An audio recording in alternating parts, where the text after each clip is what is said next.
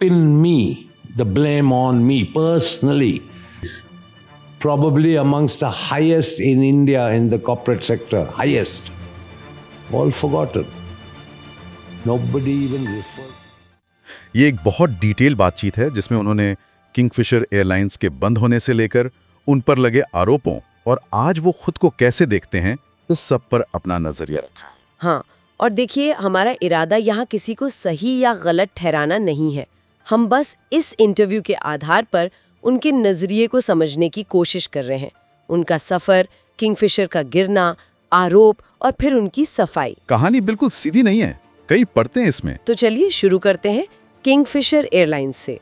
माल्या का एक बड़ा दावा है कि 2008 के आर्थिक संकट के टाइम पर तब के वित्त मंत्री प्रणब मुखर्जी ने उन्हें एयरलाइन का साइज कम करने से मना किया। हाँ, और यदि कि बैंकों के सपोर्ट का भरोसा दिया। और देखिए 2008 का वो संकट एविएशन सेक्टर के लिए बहुत बुरा था। माल्या ये भी बताते हैं कि उन्होंने सरकार से एटीएफ टैक्स कम करने जैसी पॉलिसी चेंजेस की मांग की थी, जो पूरी नहीं हुई।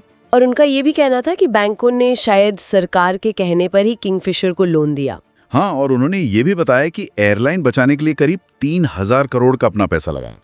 अच्छा, एयर डेक्कन वाले अधिग्रहण पर भी उनका नजरिया थोड़ा अलग है ना? बिल्कुल, आमतौर पर यही माना जाता है कि ये इंटरनेशनल रूट्स के लिए वो जो 5 साल का नियम था उसे बाईपास करने के लिए था। हाँ। पर माल्या का तर्क है कि मेन वजह थी कंपटीशन हटाना, इंडस्ट्री को कंसोलिडेट करना, और डेक्कन के पास जो एयरबस प्लेन और पायलट्स थे उनका तालमेल भी।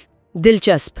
अच्छा, अब आते हैं उन गंभीर आरोपों पर जो उन पर लगे हैं और इंटरव्यू में उन्होंने अपना बचाव कैसे किया है।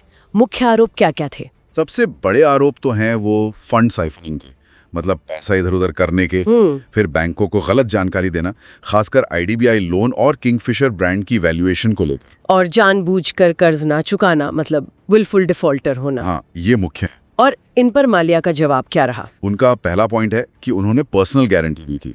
वो कहते हैं कि अगर धोखा देना होता तो गारंटी क्यों देते।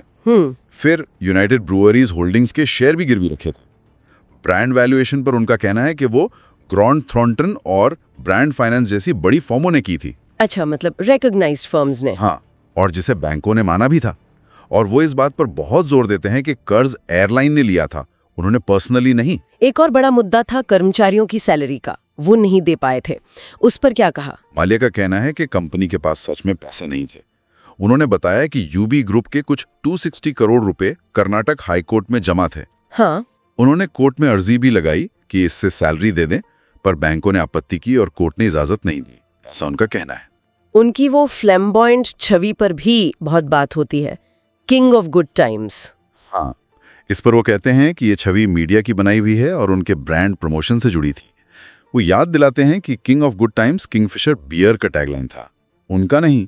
कहते हैं कि वो बस वैसे ही जी रहे थे जैसे उस समय कोई भी और कामयाब युवा जीता। अब बात करते हैं उनके भारत से जाने की। 2 मार्च 2016 को वो गए और वो बहुत कंट्रोवर्शियल रहा। हाँ, इस पर माल्या का दावा है कि वो जिनेवा जा रहे थे FIA की एक मीटिंग के लिए, फेडरेशन इंटरनेशनल डील ऑटोमोबाइल। हाँ, कहते हैं कि ये पहले से प्लान था, भागने का कोई इरादा नहीं था।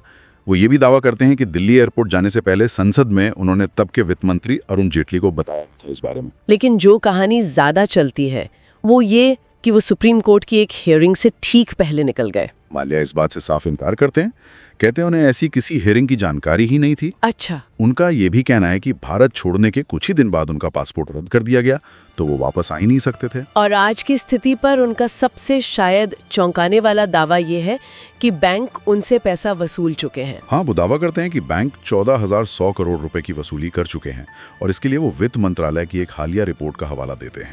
14,000 करोड़, जबकि ओरिजिनल लोन कितना था?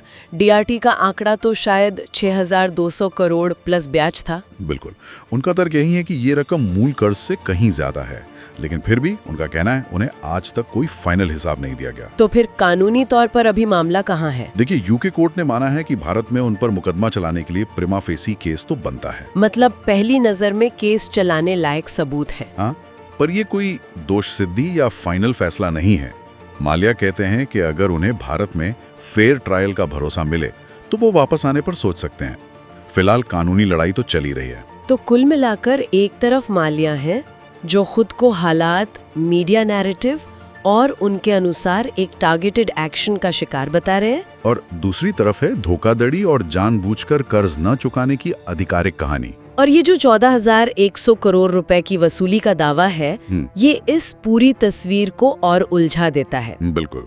और यहीं से एक सोचने वाली बात निकलती है जो उनके इंटरव्यू की एक बात से जुड़ती है। माल्या कहते हैं कि भारत में अक्सर बिजनेस फेलियर को धोखाधड़ी मान लिया जाता है। तो ये जो पूरा मामला है, इतनी सारी जटिलताओं और अब ये पूरी वसूली के दावों के साथ, ये भारत में व्यापार, फाइनेंस, मीडिया और राजनीति के गठजोड़ के बारे में क्या सवाल खड़े करता है? क्या वाकई विफलता और धोखाधड़ी के बीच की लाइन कभी-कभी धुंधली हो जाती है? ये एक बड़ा सवाल है।